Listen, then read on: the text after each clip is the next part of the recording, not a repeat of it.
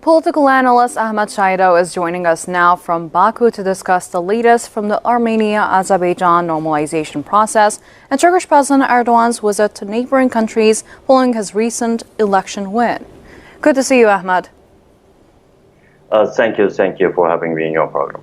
Now, the Azerbaijani and Armenian foreign ministers will meet in the United States. What's on the agenda and what can we expect from this meeting, which is trying to mend years of hostilities and aggression from the Armenian side? Yes, thank you, Ms. Jamila. Greetings from Baku, Azerbaijan. Two ministers, foreign ministers of Azerbaijan and Armenia, Jeyhun Bayramov and Ararat, Mirzoyan, will meet again. And the main purpose of this meeting of the foreign ministers of the two countries basically is to discuss the technical details of the peace agreement between Azerbaijan and Armenia. Because today's agenda is the signing of the final peace treaty, peace agreement between two countries, between Armenia and Azerbaijan. And all meetings and discussions have been held in these directions for latest months, and a large number of meetings were held between the parties in US, in Europe and Russia, and the main provisions of the peace talks were discussed and clarified already between İlham Aliyev and Nikol Pashinyan, and now the foreign ministers of two countries are discussing only the technical aspects of the peace agreement. So far, very productive meetings have been held in Washington, Brussels, and Moscow. And there is also a competition for the mediation mission in these peace negotiations, so that the West, Europe, and Russia try to mediate in achieving peace in the South Caucasus, peace between Armenia and Azerbaijan. But in any case, it doesn't matter who the mediators are, but what matters is the signing of the peace agreement.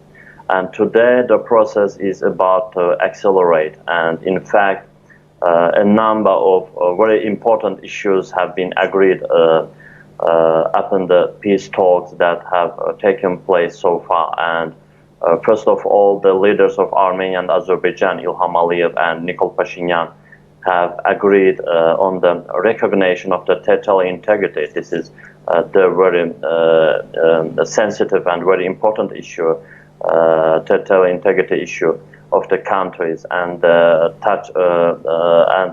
defend of state borders. And today, Armenia and Azerbaijan reached an agreement on these issues, but there are still some disagreements between the parties. For example, the Armenian side always raises the issue of the status of the Armenians residents living in Karabakh, which is completely unacceptable by Azerbaijan side, because official Baku say that all nations have equal rights in the territory of the Azerbaijan, and no any nation has and cannot have separate special rights in Azerbaijan. However, official Baku fully guarantees the safety and all rights of Armenians, Armenian residents living in Karabakh. And as you know, 25,000 Armenians living in Karabakh today, and they also have the right and responsibilities to live within the framework of the laws and constitution of the Republic of Azerbaijan. On the other hand, the Lachin Corridor, this is very a sensitive issue, and Lachin Corridor issue is still open, and Azerbaijan controls the Lachin Corridor today, and all Armenian citizens arriving and departing from Armenia to Karabakh go through the passport control at the border checkpoint established by the Azerbaijani side. This is a very important issue. It means that Lachin Corridor, Khankandi, and other regions of the Karabakh are officially belongs to Azerbaijan, and Azerbaijan established checkpoint on the Lachin Corridor. And this is in accordance with the international law, and Azerbaijan has the right to check passports of people entering and leaving its territory. On the Armenian side, this issue is met with dissatisfaction, but there is no other solution on this issue because Karabakh is the territory of the Republic of Azerbaijan, and any person coming there must pass through the passport control. And the second issue is related to the Zangezur Corridor. This is also a very important issue raised by Azerbaijan. This issue has not yet been agreed yet, and in fact, according to the agreement dated November 10, 2020, tripartite agreement between Armenia, Azerbaijan, and Russia, the opening of Zangezur Corridor is mandatory. But however, Armenia does not want to fulfill its obligations on this issue.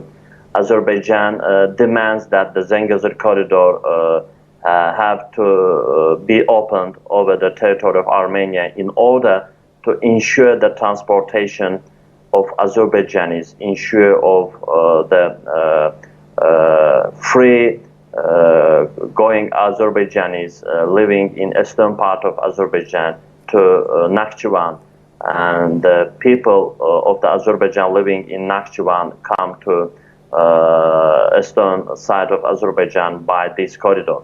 This is also useful for the citizens of Armenia as well. So Armenians will be able to go to Azerbaijan through this corridor, and from Azerbaijan they will go to Russia and Iran. It is also very useful for Armenians as well. And there is still no complete agreement on this issue on Zangezur Corridor. But in any case, I think that a final peace agreement will be signed between Armenia and Azerbaijan in a very near future, because the alternative to peace is war. And if the next war starts, military operations will be conducted on the territory of Armenia. So Armenia may lose its sovereignty as a state. That's why today the Armenian authorities know this very well. And from this point of view, they are trying to show a more constructive position in these negotiations, in these peace agreement discussions. But however, there are forces that are seriously opposed and protest to the Nikol Pashinyan and its government, and from time to time revanchist slogans and calls are raised by some powers in Armenia. However, I believe that the Armenian people, Armenian nation will be able to make a very wise decision, and finally Armenia will sign this peace agreement with Azerbaijan. Now, an issue that we've noticed during these talks is that Armenia is unwilling to continue without preconditions. As of today, what is Armenia demanding, and why does it pose an obstacle to talks and agreements which want to deliver peace and stability in the region? Actually, Armenia and Azerbaijan have agreed very general conditions and very important conditions of this peace agreement. The main conditions are the recognition of the territorial integrity of both countries, and they have agreed this issue. But anyway, official Yerevan have some preconditions, and Yerevan wants to have a special status of Armenians living in Karabakh, but this is completely unacceptable by Azerbaijan. As I mentioned before, Azerbaijan guarantees full rights, equal rights of Armenian residents in Karabakh, because we have this kind of experience in Azerbaijan. As you know, there are 40,000 Armenians living in Azerbaijan, in Baku, in Ganja, in Sumgayit, in other cities of Azerbaijan. They live as we are. they live as equal citizens of the Republic of Azerbaijan, and official Baku guarantees the same equal rights to Armenians living in Karabakh. But Armenian authorities, they are trying to push some preconditions to this peace agreement for having special status for Karabakh's Armenians, for Armenians living in Karabakh. And another issue is related to Zangezur Corridor. Armenia doesn't want to fulfill its obligations on this issue, and in spite of that, Azerbaijan has made all these railway and airport, all roads regarding the Zangezur Corridor on its side, but Armenia have not made any construction related to Zangezur Corridor in its side. So that's why official Baku wants to have this guarantee from Armenian side regarding the opening of Zangezur Corridor. This is also the another point of disagreement between Armenia and Azerbaijan. Without these issues, it's it's difficult to have the final peace agreement between Armenia and Azerbaijan. Only two issues: the status of Armenians living in Karabakh and opening of Zangezur Corridor. This is the main barriers, main problems between and disagreements between Armenia and Azerbaijan.